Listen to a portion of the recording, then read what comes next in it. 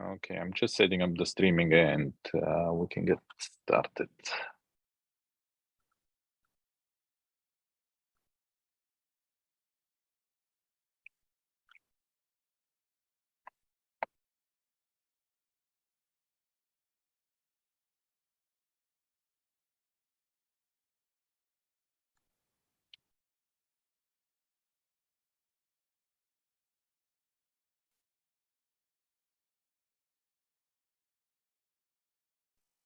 And let me share my screen with the notes. You guys can see it? Yeah, can see it. Okay, just moving stuff. Okay, I lost you though, so I cannot.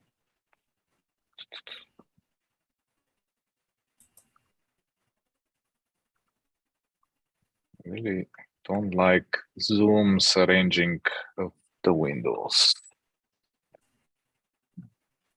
Okay.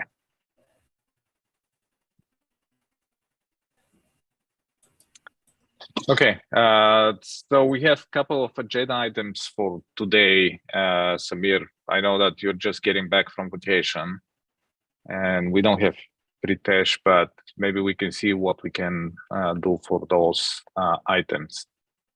Okay. So there is a patch release started. So let's take a look at the link. And it seems that we need to vote for that one. Yeah, I was looking at it. Yeah, I see the 3 bugs fixed there. And I believe this is more for the maintainers on the annotation core Go. So we are looking for maybe Rakesh, Pritesh, and Milind to take their votes on that in order to approve the patch release. So Samir, if you can ping them and ask them to go and vote for that, that will be great. I will. And I think we only need at least 2 more, right? We don't need to have all 6. If we get 2 more, we'll get enough, right? Yeah, I think we need 2 more. Yeah, we don't need Yes, to get all 6. 4 approvals, yeah. Okay, 4 from 6. I see 4 from 6. So, okay, 2 will be better. Actually, yeah, we need 1, even 1, but having in mind that makes sense. We want to have some balance. So if you can get at least Pritesh and Rakesh to approve that, that will be great. Yep, I'll do that. So for this one, so later they will start actually vote for Notation Go and Notation itself for patch. I was trying to figure out. So Sajay, do you know what the patches are? Mainly in the crypto libraries, what I see, or is there anything else?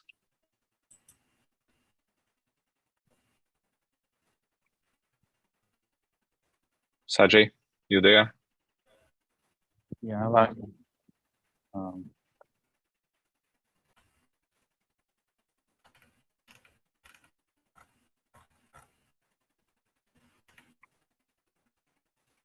I'll let actually the engineers handle, but my understanding is mainly around crypto and the COSI.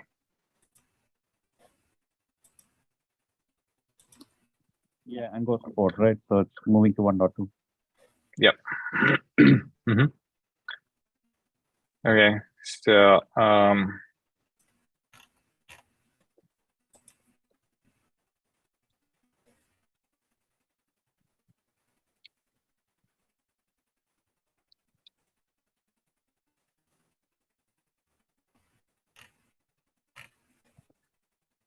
okay, we had the next, anything about that, Samir or Sajay, the first item? No, I think it No, looks, nothing else. This looks good. So the second one was the notation plugin management proposal. I don't think, Samir, you have looked at that, but we reviewed that on Monday. Maybe we can give you some time to look at this. There was a discussion. Yeah, go ahead. Yeah, I can do it offline. I was thumbing through it as we were talking. It's pretty detailed, so I'll read it Mhm. offline.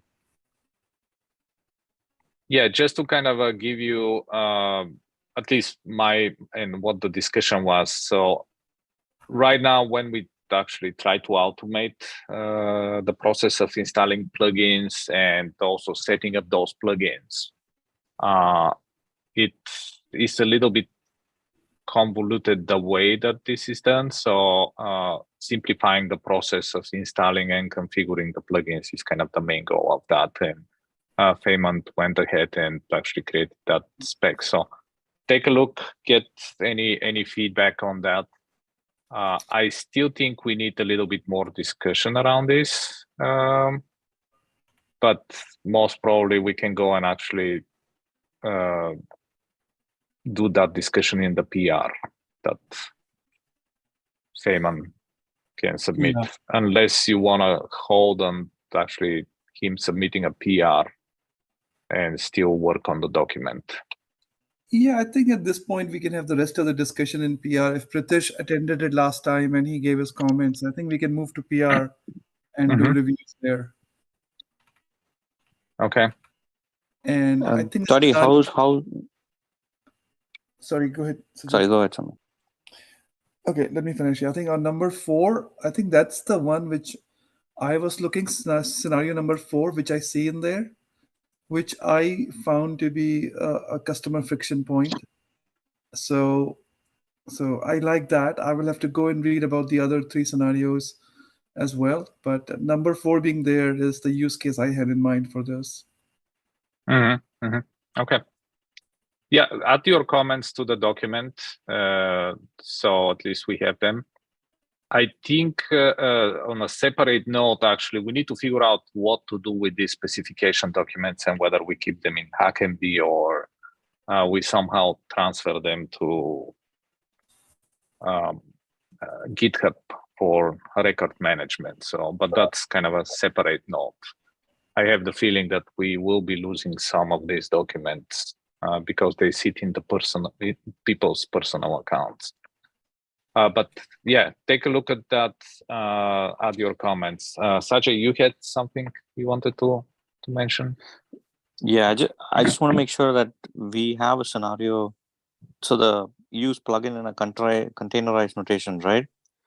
That scenario is there, but is it more like a design spec, or is it just calling out this is the use case that it needs to solve? It's more actually there is design. I don't know whether the design section solves that use case. So we documented the use case. I actually looked at the design and I had some concerns that we discussed on Monday around the design. So I'll go through the document also again and make sure that we solve it. But there is design proposal. Okay, fine. Then I'll take a look at it. The reason is that you've been kind of like facing a bunch of issues hitting when you're installing it into the container, right? So yes, not just the how-to, but more like how do you let people know what happened? The diagnostic section is probably missing in this. That's the other thing I'm hoping we can tackle. Okay, I'll take a look.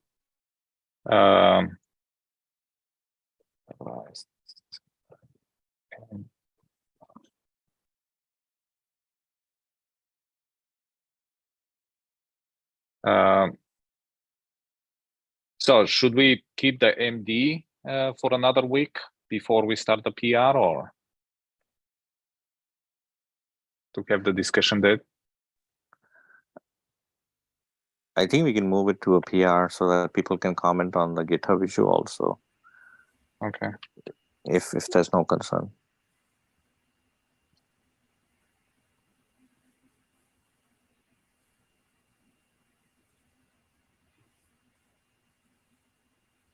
Okay. I don't have any concern with that, so hey, Samir. Yeah, hey Sanjay, on the bullet number 2, in the lack of diagnostics in the spec, I think it will not translate well if somebody reads it. Can we add a line or 2 more on bullet number 2, which you just added? Sajay brought up the containerized scenario and the lack of diagnostic in the spec. What we would be- you like to add? Lack of diagnostic in the spec for what? To troubleshoot issues in unattended runs, like in containers that are spawned automatically. So to let you know where we are coming from, or I specifically. So we are trying to actually use notation in some automation scenarios. Let's say things Right. are happening and like you need to go and actually automatically or dynamically configure, okay, for this, let's say pipeline, CI/CD pipeline run, I would like to use this plugin to sign my images when the pipeline actually goes and does that. Yep. And when you actually try to do that, the first thing is like, let's say in containerized environments, right? How do you pack the plugin? Do you need to pack it together with notation, which means that for I can pack the binaries and the executables in the container, but the configuration of the plugin then may become a little bit more convoluted, because when I run this container, it cannot be generalized enough to say, okay, I want to use this key or that key, right? So this is what we are trying to achieve. The second thing is, so when you do that thing, and let's say some error happens with the plugin, right now the error messages that are actually sent back are not very descriptive what the problem was. And that is another thing that actually we need to figure out. So those are kind of the scenarios that we really would like to target and make it more user-friendly. Because I've spent actually in the last couple of days, hours and hours, adding debug messages to my CI/CD pipelines or automation in order to figure out what's happening with notation and the plugin itself. I know that part I get. I was confused about what does in a containerized scenario makes it more difficult.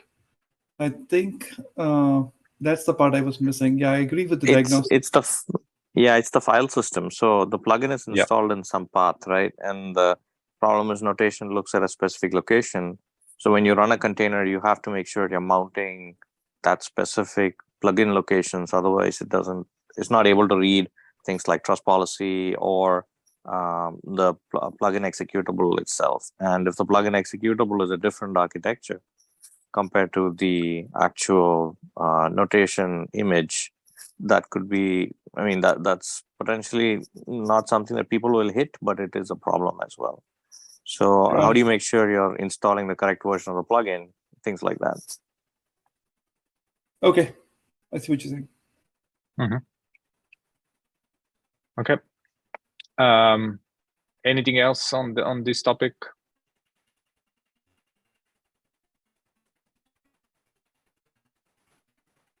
Okay, then we can move to the next one, which is will be good to create a feature design prototype proposal folder under the specification repo and archive all proposals in central place. Now they are under different maintainers' personal HackMD. Actually, yeah, that's the question about the HackMD and how do we actually keep track of all these specifications that are currently in people's personal HackMDs.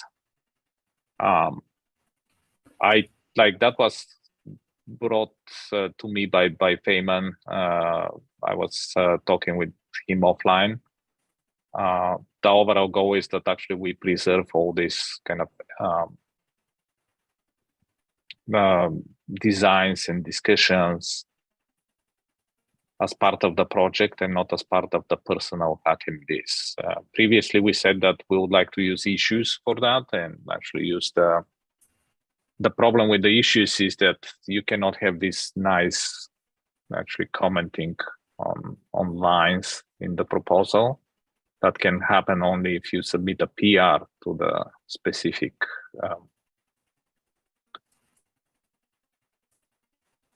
document or Yeah, So- I don't have a good suggestion, but I think eventually any specification you create in HackMD, it eventually ends up in a formal place any which way, right? So it's only in the interim we are asking in the interim, is HackMD okay or not?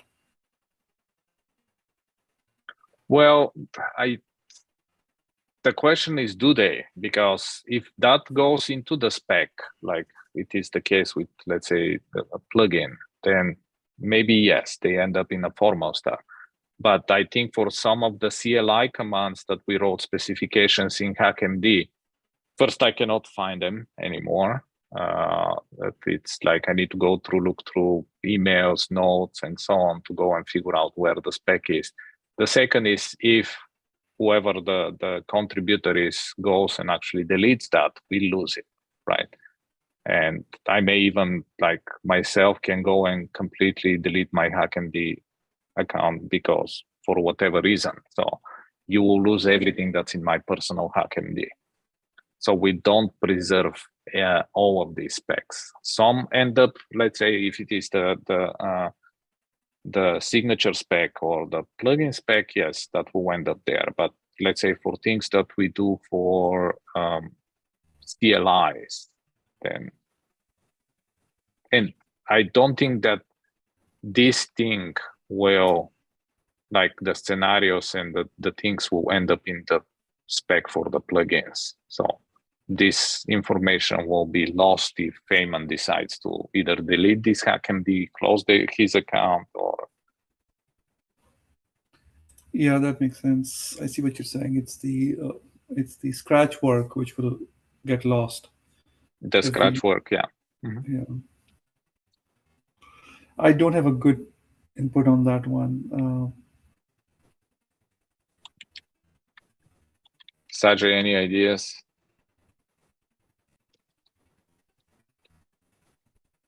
I don't have right now. I need to think a little bit more how we can. The other way is like if we create a HackMD account for the Notary project, but then there is the problem that you need to log in with the Notary project HackMD username and password to create those documents. We had similar problems in Ratify where a lot of these were design or more like discussion material. And we just created a docs proposal folder and started PRing into that. And that might go as specification or code changes, but can be excluded from builds and things like that. But it keeps the history.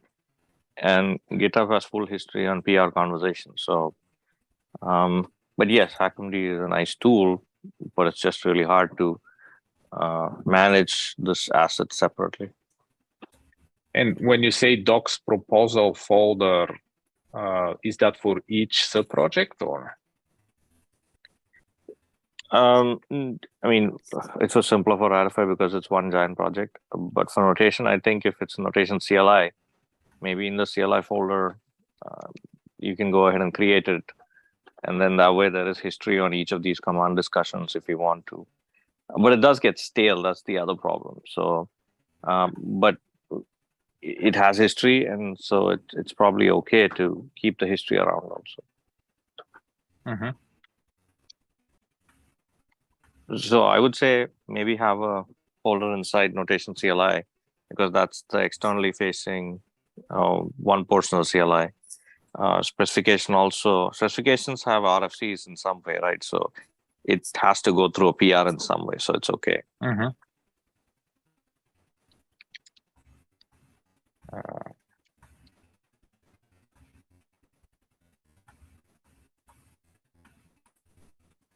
Other ways we can have under specifications, which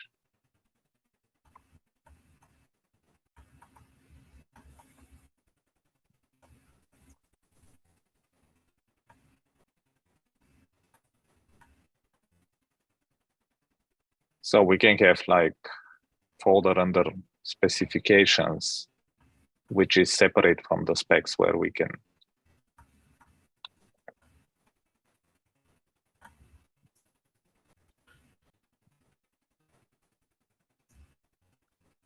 Let's as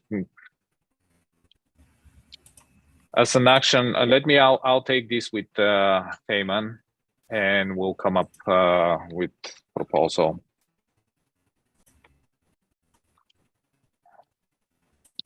I think for the notation CLI, it would be good to have it under the notation repo. Otherwise, if you have anything like trust policy CLI, would you want to go into the same specifications folder? Might be a specification repo, might be a challenging situation. Yeah, makes sense. So, I'll work with Feynman and we'll come up with proposals so we can review either. I don't think it will be next 2 weeks, unfortunately, but I'll put by mid-November. Is that okay with everybody?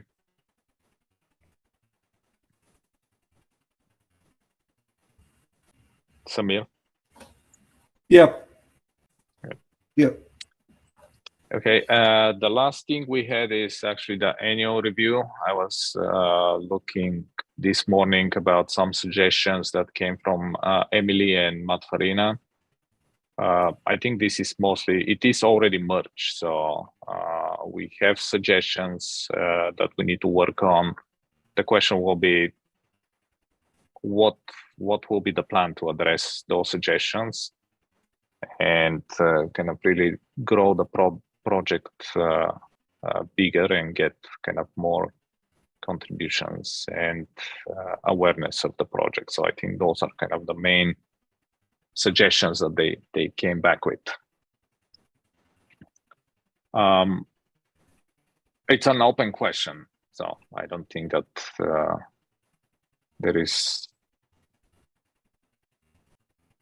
there are concrete action items, but we need to figure out what is the plan to address them, and I don't think that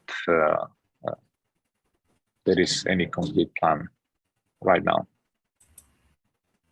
Thoughts and suggestions for next steps, Sajay, Samir? No, I was reading through them. I think number 2 is the one which I was wondering, what are the metrics to get to the number 2 suggestion? Like, how does somebody evaluate whether it's end user or vendors?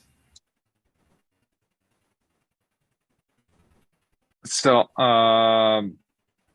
my thoughts on that are, if we can provide to the certain end users are using this our tooling, for example, we do have at least on our side customers that are using it.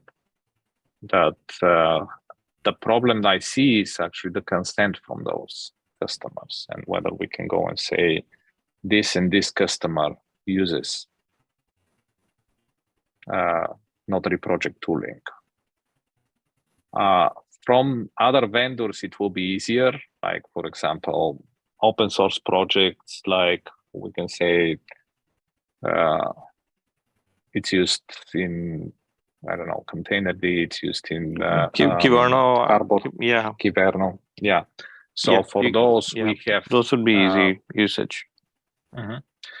Those are easy usage, but for end users, I am also kind of, I know that we have, Microsoft has customers using it. The question is, can we get the consent to say, okay, can we use your name on the open source project? And that turned out to be a little bit more complicated process than vendors.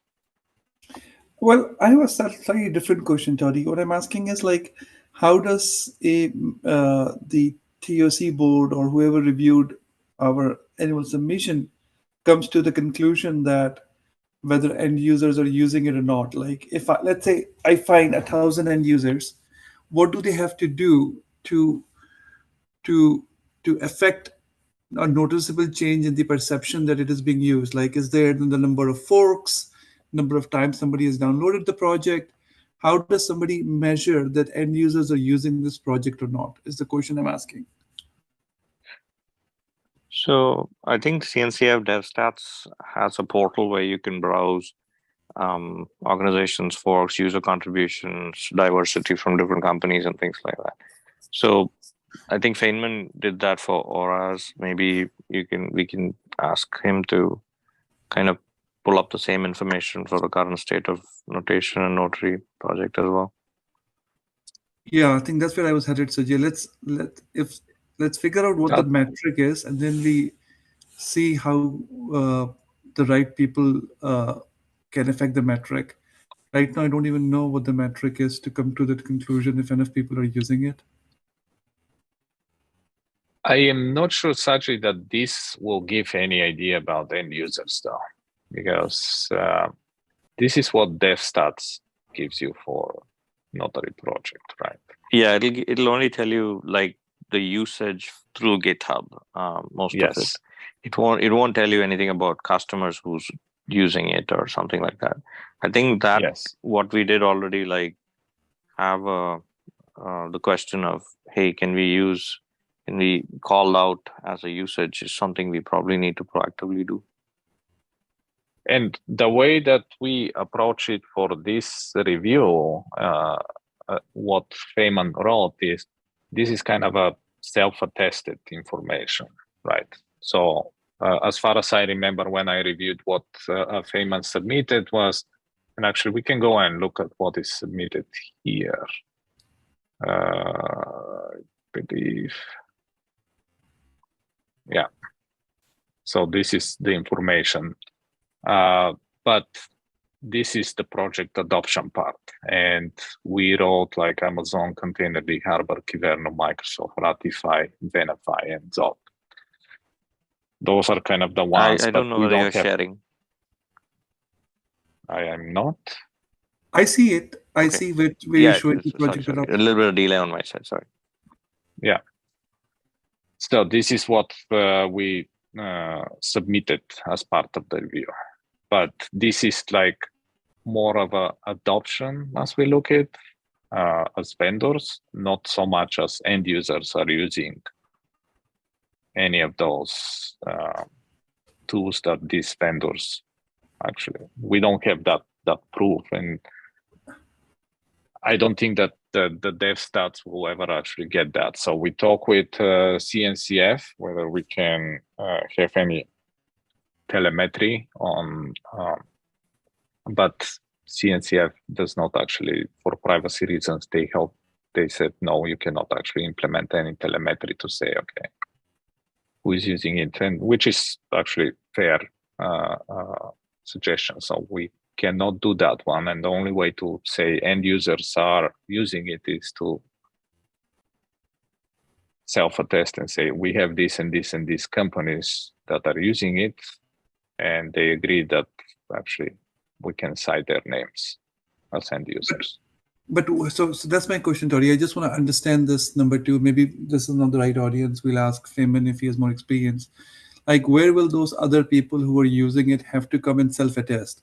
Do they have to come and add a line number 60 here on this page the next time we submit it? Like, and okay. I understand what you mean. Mm-hmm. We may need to actually create a process for that, and or maybe some form to say, okay, are you okay adding your name? Yeah. Yeah, and how will they be validated, right? Like, who will validate that those are those people? My expectation is like trust. So if we as a project maintainers tell the TOC, yeah, we know that company X is using it, and the TOC most probably will trust us. And of course, we need to be honest about that and not just add random customers. That would be my expectation. Okay. Mm-hmm. I think a process definition. Yeah. Then as next step, so let me capture that. So to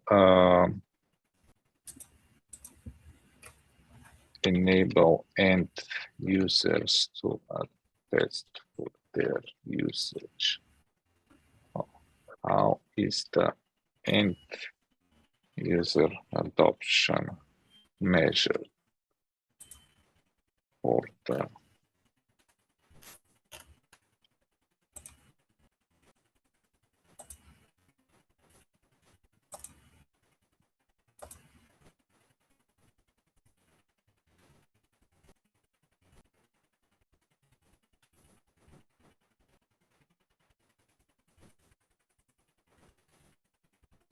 Does that make sense to what I wrote, Samir?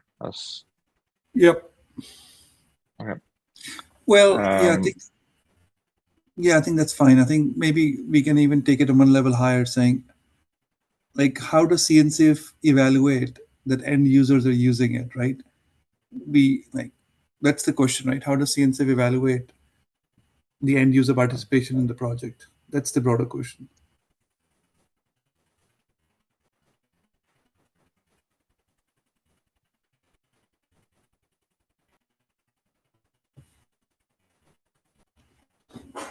I'll ask Feynman to follow up. Yeah, this is new to me, so I can use some help. Yeah, thank you for this. Okay. Anything else? No. Okay. In that, I think we discussed in one of the previous meetings, having a better way to really track the metrics on a regular basis. So now that we are getting into the mode that we would like to release functionality every, let's say, 3 months or every 4 months, right? Having this kind of retrospectives twice a year will be good for our project itself and for ourselves to understand where we are going. We discussed that one in the past. I would like to bring it up again. Like, what will be the process? One of the things that I asked Feynman and me in the past is really to get metrics like on the projects, how, let's say, how many issues we resolve, how many new issues we have, something about the velocity of the project, how fast we actually release functionality, approve PRs, and so on. That can be kind of the one thing that can contribute to our annual reviews. The second is really understanding, right? And I don't know whether we are comfortable sharing information about, but certain customers that are actually using that, and we can even not need to name them. We can keep the customer names anonymous, but say, okay, this is a customer that uses it in this particular way, right? And if the customer decides that they want to share their name, then we can just add it. But capturing the scenarios will be helpful, and kind of having regular reviews on the metrics and the velocity of the project, as well as any new customers and new scenarios are coming up. I find it valuable. One of the things that we don't do, we are mainly concentrated on in our weekly discussions on bugs, functionality, and specs, but we don't do these retrospectives. I really think that we should get into that mode. So let me know what you think, Samir, and if you have any ideas how. No, I think that's fair. I think one thing which I think we can do a better job is marking those use cases up front. And I know where we can draw users' attention to it. For example, I've seen some friction where people don't understand that notation can be used to sign anything in a registry, not just an image. Because we talk about signing images all the time, but it can be used to sign SBOMs, it can be used to sign CV scan results, or anything which go in a registry today. So that's to me, those are different use cases, and we could do a better job talking about those use cases as well.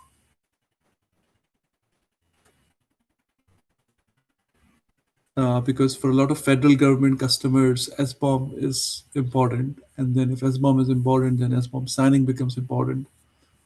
And that becomes a new use case in itself.